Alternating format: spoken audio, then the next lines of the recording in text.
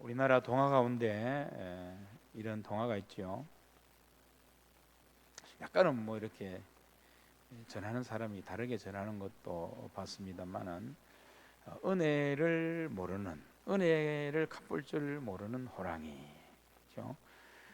호랑이가 깊은 구덩이에 빠져가지고 거의 뭐 굶어 죽을 지경에 이르렀을 때 사람이 지나갔다고도 하고, 또 어떤 분은 뭐 토끼가 지나갔다고도 하고, 어쨌든 살려달라 해서 나무를 가지를 꺾다가 이렇게 다리를 놓아서 살려주었더니, 호랑이가 배고파 죽겠다고 살려준 그 사람을 잡아먹겠다.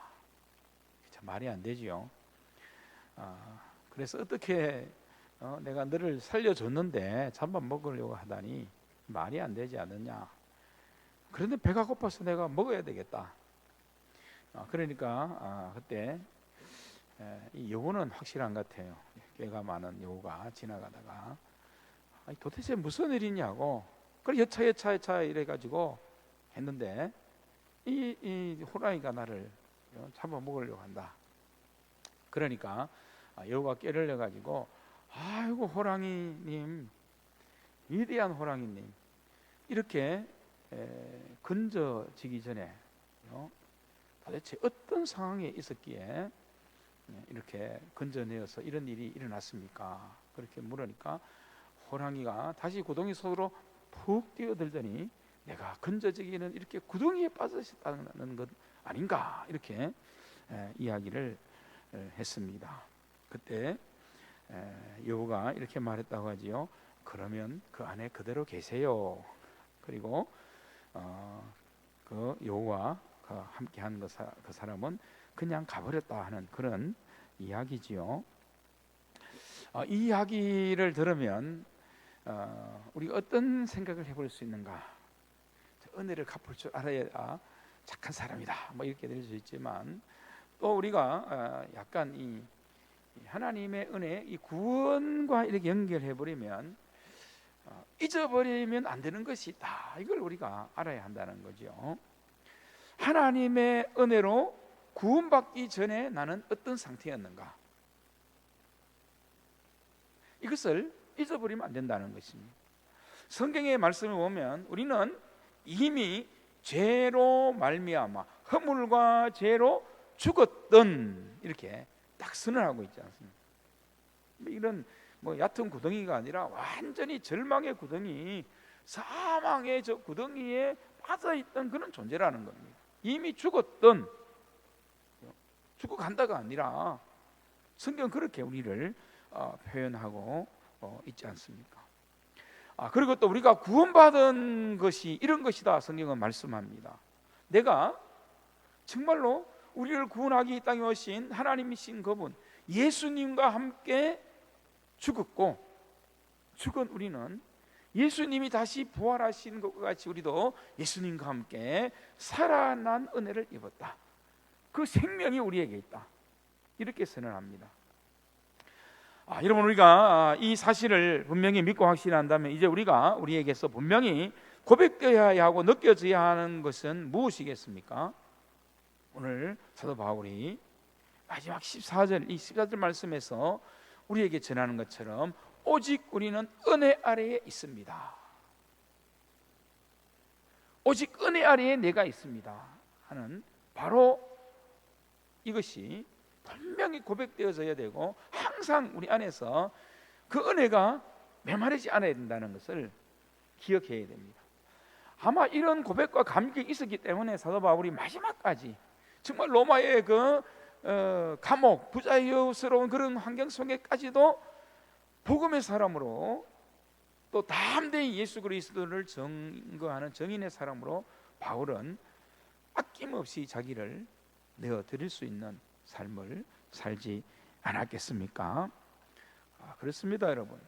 오늘 우리가 이 세상을 살아간다 할 때도 그와 같아야 됩니다. 우리는 그 하나님의 그 큰 사랑, 그 큰 은혜로 이제부터 세상을 전부 소화해 나가며 살아야 하는 것입니다. 사무엘하 9장에 보면 우리가 성경을 읽을 때마다 감동하게 하는 아주 드라마틱한 그런 말씀이 있지 않습니까? 다윗이 정말 고생 어려운 고생을 다 지난 다음에 왕이 되지 않습니까? 유대 나라의 왕이 되었을 때 이제 여러 가지 환경과 상황을 정리해야 되고 또 주변 사람들도 정리하게 됩니다. 그때 머비보셋이라고 하는 사울 왕의 첫 번째 왕 사울의 그 손자, 그를 불러들이게 됩니다. 그는 한쪽 다리를 절었습니다. 자기를 가지고 있었지요. 그리고 사실 아무것도 할 수 없는 무용지물인 그런 사람이었습니다. 그런데 아주 묘한 관계이지 않습니까? 사울을 생각하면 원수의 손자입니다. 정말 죽어마땅하지요, 그 당시로 봐서는. 그런가 하면 또 사랑하는 친구, 가장 자기가 사랑하는 친구 요나단을 생각하면 또 그의 아들이기도 합니다. 사랑하는 친구를 생각하면 소중한 존재지요. 그러나 그 할아버지 사울 왕을 생각하면 정말 죽어마땅한 그런 사람입니다. 자, 그런 묘한 관계인데 이 다윗은 그를 원수로 대하지 않고 자기 상에서 함께 먹을 수 있는 왕자로 대접해 줍니다. 정말 영광스러움을 그에게 입혀주는 거죠. 너는 내 친구 요나단의 아들인 고로 너는 내 아들이다. 이제부터 왕자와 같이 내가 너를 여길 거다. 그래서 이 왕의 식탁에서 같이 식사를 하며 나와 함께 이것을 누리며 함께 생을 살게 될 것이다. 나와 함께 이 모든 영광을 함께 누리며 살자. 근데 여러분, 이 머비보셋 같은 존재가 우리였고 우리가 입은 은혜가 바로 이 은혜지 않습니까? 바로 그때 이 머비보셋이 대답하지요. 그 대답하는 말이 너무너무 우리의 마음을 아름답게 합니다. 이 종이 무엇이간데 왕께서 죽은 개 같은 나를 돌아오시나이까. 여러분, 우리가 정말 이 믿음으로 이 은혜로 산다면 세상에 무엇이 두렵겠습니까? 무엇이 어렵겠습니까? 무엇이 문제가 되겠습니까? 어찌하여 왕께서는 죽은 개 같은 나를 이렇게 사랑하십니까? 정말 그 큰 사랑과 그 은혜 안에서 자신을 보는 그런 마음이지 않습니까? 나는 이제부터 왕의 은혜 아래 사는 사람일 뿐입니다. 그런 외침이지 않습니까? 자, 이런 믿음으로 오늘을 살 때 우리는 날마다 정말 은혜의 세계, 하나님께서 우리에게 주신 구원의 놀라운 그 세계가 열리는 거지요. 그래서 보는 것입니다. 믿음이 실제가 된다면 그 은혜가 보여지는 거예요. 사실은 은혜가 보여지기 때문에 분명한 믿음의 삶을 사도 바울처럼 살 수 있는 것이지 않습니까? 지난주 말씀 가운데 본문 6장 11절 아주 오묘한 말씀을 합니다. 11절 말씀, 지난주에도 우리 보았지만은 우리 11절 말씀 우리 한번 같이 읽어볼까요? 시작. 이와 같이 너희도 너희 자신을 죄에 대하여는 죽은 자요 그리스도 예수 안에서 하나님께 대하여는 살아있는 자로 여길지어다. 아멘. 자, 이 말씀이 오늘 12절부터 14절까지 이렇게 연결되는 말씀인 것을 알 수 있습니다. 여기서 여길지어다라는 이 로기제 스테라고 하는 이 말의 뜻은 그렇게 알라 이 말입니다. 강력한 선포입니다. 바울이 전하는 게 이 단어 속에는요, 옛 사람이 죽었다면 죽은 줄 알아 이 말입니다. 제발 엉뚱한 소리 하지 말고, 죄에 대해서는 죽은 자요 그리스도 안에서 이제는 살아있는 생명을 가진 자로, 그래서 그렇게 알아야 돼, 이런 선언입니다. 그렇게 인정해야 하고 그렇게 확신하라는 그런 선포입니다. 여러분, 하나님에 대해서는 산자로 여길지어다 선언하며 우리가 살아야 된다는 거예요. 죽은 사람처럼. 물론 하나님 앞에서는 겸손해서 항상 낮춰야 되지만, 나 죽었어, 내 재물입니다, 죽었습니다, 깨갱해야 되지요. 그러나 그 은혜를 잊고 사는 우리는 세상에 나가서 하나님에 대해서, 예수님의 생명에 대해서는 분명한 확신을 가지고 믿음으로 살아야 한다는 것입니다. 여러분, 이 은혜가 진짜 분명하지 않습니까? 그러므로 이제 우리는 사랑에 죽고 사랑에 사는 그런 그리스도인입니다. 은혜에 죽고 은혜에 사는 것이 우리의 뭐라고요? 믿음입니다. 여러분, 이제 정말 하나님의 그 크신 은혜, 그 사랑 외에는 아무것도 생각하지 마십시오.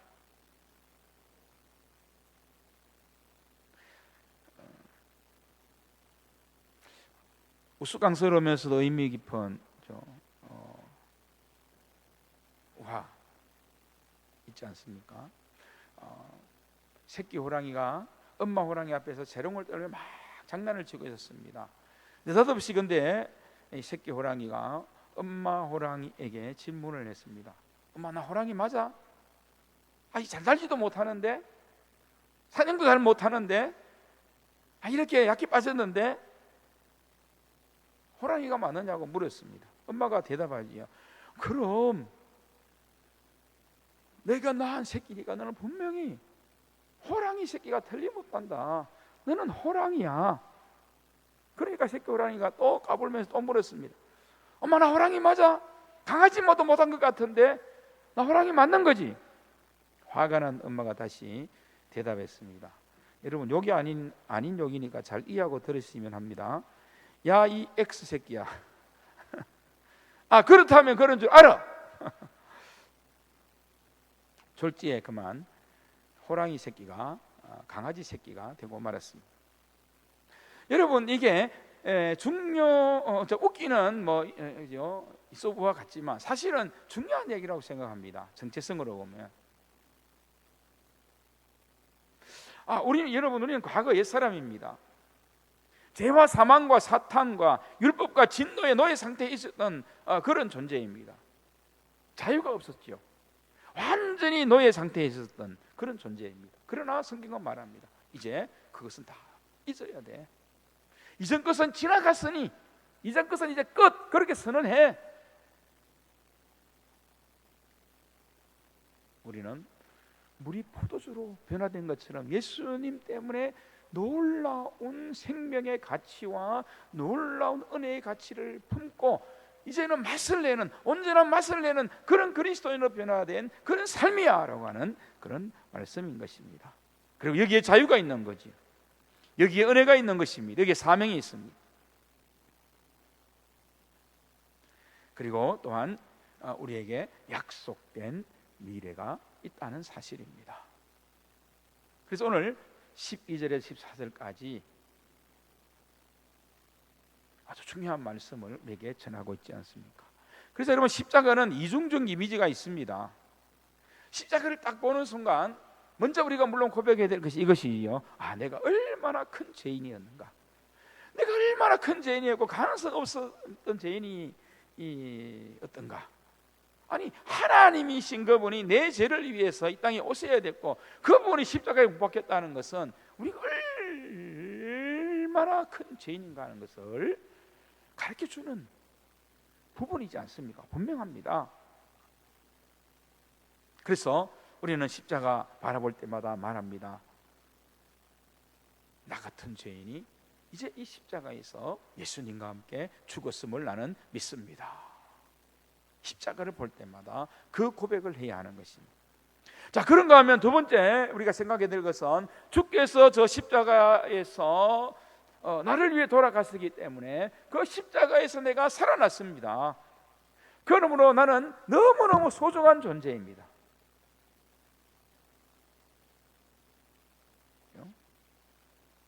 이 확신을 가져야 된다는 것이죠. 어제도 전도 집회 가니까 그 장로님이 찬양을 잘 하시더라고요. 우리는 하나님의 언약 안에 있는 그런 백성이다. 찬양을 부르는데 참 은혜가 됐더라고요. 그 고백을 해야 되는 거지. 정말 우리는 예수 그리스도의 값비싼 그 십자가의 은혜로 나를 구속해서 그 값으로 샀으니까, 예수님의 값으로 샀으니까 이러면 얼마나 소중합니까? 소중해요. 자, 그래서 구원받은 우리는 죽었다고 하는 하나님의 진노와 또 구원하신 하나님의 큰 사랑을 동시적으로 느끼고 고백해야 하는 것입니다. 그리고 십자가를 볼 때마다 죽음을 확인하고 십자가를 볼 때마다 하나님의 은혜를 확정해야 하는 것입니다. 예수 그리스도와 함께 다시 부활할 것이고, 이미 나는 예수님과 함께 예수님의 생명이 우리의 생명이다, 이렇게 분명히 말씀하지 않습니까? 그러므로 우리는 마지막 때의 승리와 영광, 그 날을 기다리며 소망하며 사는 뭐라고요? 구원받은 하나님의 자녀이다. 그 믿음으로 오늘 우리가 살아가는 모든 삶을 살자는 겁니다.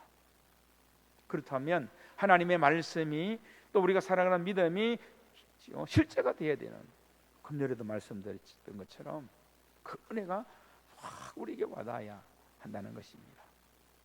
그래서 오늘 본문에 보면 그런 은혜로 살기 때문에 우리는 어떻게 해요? 자신을 죄에게 이제 드리지 말아야 된다. 그래서 드린다는 말은 갖다 바친다, 항복한다는 그런 뜻입니다. 영어로도 그렇고 원어상으로도 그렇고 그런 의미가 있습니다. 이제 우리가 이런 놀라운 은혜를 받았고 이 값진 은혜의 삶을 우리가 산다면 정말 죄 짓는 것에, 마귀가 좋아하는 것이 우리를 갖다 바친다든지 죄악에 대해서 항복하지 마라. 연약함 속에 죄성은 있지만 거기에 우리가 즐거이 해서는 안 되지 않습니까? 항복해서는 안 되는 것이지 않습니까? 그래서 오늘 말씀에 보면 그렇게 말씀합니다. 죄에게, 불의의 무기로 죄에게 내주지 말고, 새 번역에는 내 맡기지 말라 이렇게 번역했습니다. 그리고 그 다음에 보니까 자신을 다시 산자로 하나님께 드려야 한다라고 말합니다. 자, 우리 13절 말씀을 한번 같이 읽겠습니다. 시작. 또한 너희 지체를 불의의 무기로 죄에게 내주지 말고 오직 너희 자신을 죽은 자 가운데서 다시 살아난 자 같이 하나님께 드리며 너희 지체를 의의 무기로 하나님께 드리라. 아멘. 죄지을 일에 대해서는 자신을 죽은 자로 여기지만 하나님이 기뻐하실 일에 대해서는 생생하게 정말 믿음으로 은혜 받은 자답게, 산 자답게 좀 열렬히 반응하며 살아야 한다는 것입니다. 북한에 김정은이를 여러분 찬양하는 거 봤습니까? TV에? 그 인간인데도, 죽을 존재인데도 얼마나 정말 열렬히 반응합니까? 우리 하나님의 은혜가, 십자가의 은혜가, 예수님의 그 사랑이 정말로 우리에게 그렇게 크다고 느끼면 우리는 그보다 더 크게 반응이 돼야 되죠. 사실은 그런 고백이 있어야 됩니다. 뭐 성격상 나는 예수님 앞에 은혜도 감사하지만 너무너무 부끄러워서 표현을 잘 못해요.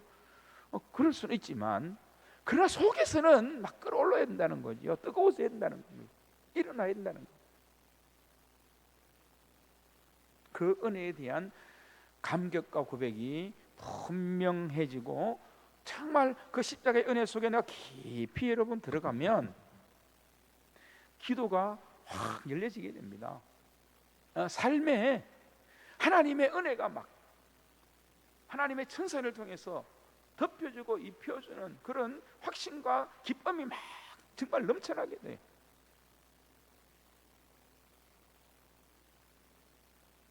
경험해 보셔야 알겠지만, 보시오.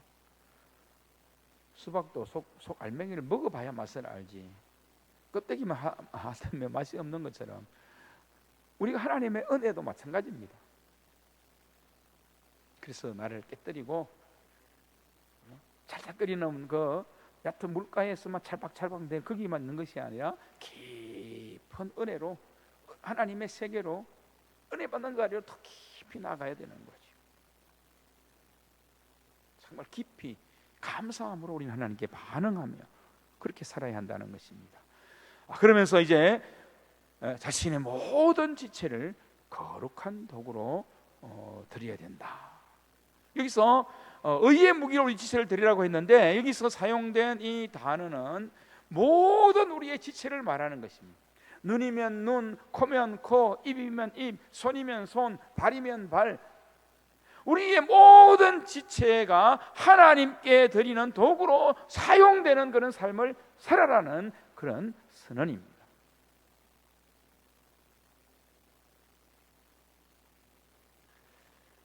자, 이것이 무엇 때문에 어떻게 가능하냐고요? 의롭게 된 우리는 그 놀랍고 위대한 은혜 아래 있기 때문이다 라고 말씀합니다. 이제 우리는 더 이상 죄성은 있지만 그 은혜 가운데 나아가면은 죄가 우리를 더욱더 이제는 주장하지 못한다는, 죄가 우리를 부릴 권한이 없다는 겁니다. 그런 권세가 주어지지 않기 때문에 죄에게 그렇게 우리를 내맡기거나 허락하지 말라는 겁니다. 우리는 하나님의 법 아래 있는, 율법 아래 있는 것이 아니라 십자가의 은혜에 충만한 그 가운데, 그 넘치는 은혜 아래 우리가 믿고 우리가 살고 우리가 거하고 있기 때문이다. 은혜 아래에 있다는 말은 우리가 그 은혜 속에 살고 있다 이 말입니다. 그 은혜 안에 우리가 덮여져 있다 이 말입니다. 얼마나 큰 표현인지 모릅니다. 여러분, 이것이 정말 우리가 예수님을 믿는 가장 큰 복이지요. 은혜 중에 은혜입니다. 예수 믿고 난 뒤에 가장 큰 복이 뭐냐? 뭐 세상에 잘 되고 건강하고 무슨 기적이 일어나고 뭐 그럴 수도 생각할 수 있지만, 그러나 그게 정말 그거는 전부가 아니지 않습니까? 정말 우리는 예수님과의 친밀한 관계 속에서 나를 하나님이 기뻐하는 도구로 내 모든 지체를, 내가 가진 모든 것까지도 주님의 도구로 쓰임받으며 사는, 바로 그것이 은혜이고 기적입니다. 여러분, 사실 우리는 모두 카운트다운을 하는 그런 생을 살아가고 있지 않습니까? 저도 그렇고 여러분도 그렇고 하나님 은혜 가운데 감사하며 부지런히 살아가지만, 막 살아가다 보면, 막 열심히 살다 보면 아직 그런 생각 안 드는 젊은 사람도 있겠지만은, 약간 이제 나이가 들면 아직 얼마쯤 남았을까? 얼마 남았지? 그렇죠? 그럼 어떻게 생각하십니까? 사실은 우리는 이미 하나님께서 주신 영원한 생명은 있지만 이 세상에서는 사실은 카운트다운이 되어 있는 것 아닙니까? 그렇지 않습니까? 그러나 우리는 세상 사람과 다르지요. 우리 이 땅에서의 삶이 전부가 아니라는 것을 믿고 고백하고 살아가지 않습니까? 우리는 약속된 미래를 향해 가고 있습니다. 사도 바울의 고백대로 말하면 마지막 하나님께 주시는 부름의 상을 위해 달려가고 있는 거지요.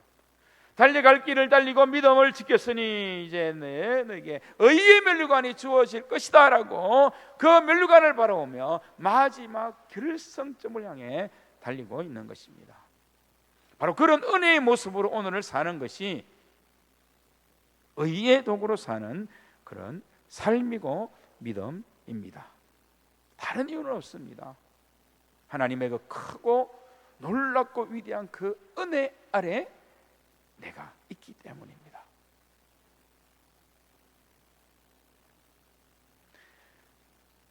저는 이 사도 바울이 이 로마서를 쓸 때, 특히 6장의 이 말씀을 쓸 때, 얼마나 이 은혜의 감격이 대단했을까 하는 것을 한번 생각해 봅니다. 우리도 그렇게 좀 고백하며 한번 인생을 살았으면 좋겠습니다. 누가 뭐라 하든 간에 감사하며 살고, 사람과 환경, 뭐 어려움에 부딪힐 수도 있겠지만 그것을 정말 환난 중에서도 즐거워하면서 그 은혜를 빼앗기지 않게 더 깊은 은혜, 그 사랑의 메인 은혜로 살기 위해 몸부림치면서 이겨나가면서 주님의 긍휼을 구하고 또 주님의 삼위심을 구하고, 그러면서도 주님께서 나를 통해서 영광 받으시기를 원하는 그 확실한 믿음으로 나아가야 한다는 바로 그 이야기입니다. 우리에게 그 믿음, 분명히 가져야 합니다. 분명한 확신을 가져야 된다고 저는 믿습니다. 확신, 담대함, 용기 정말 필요합니다.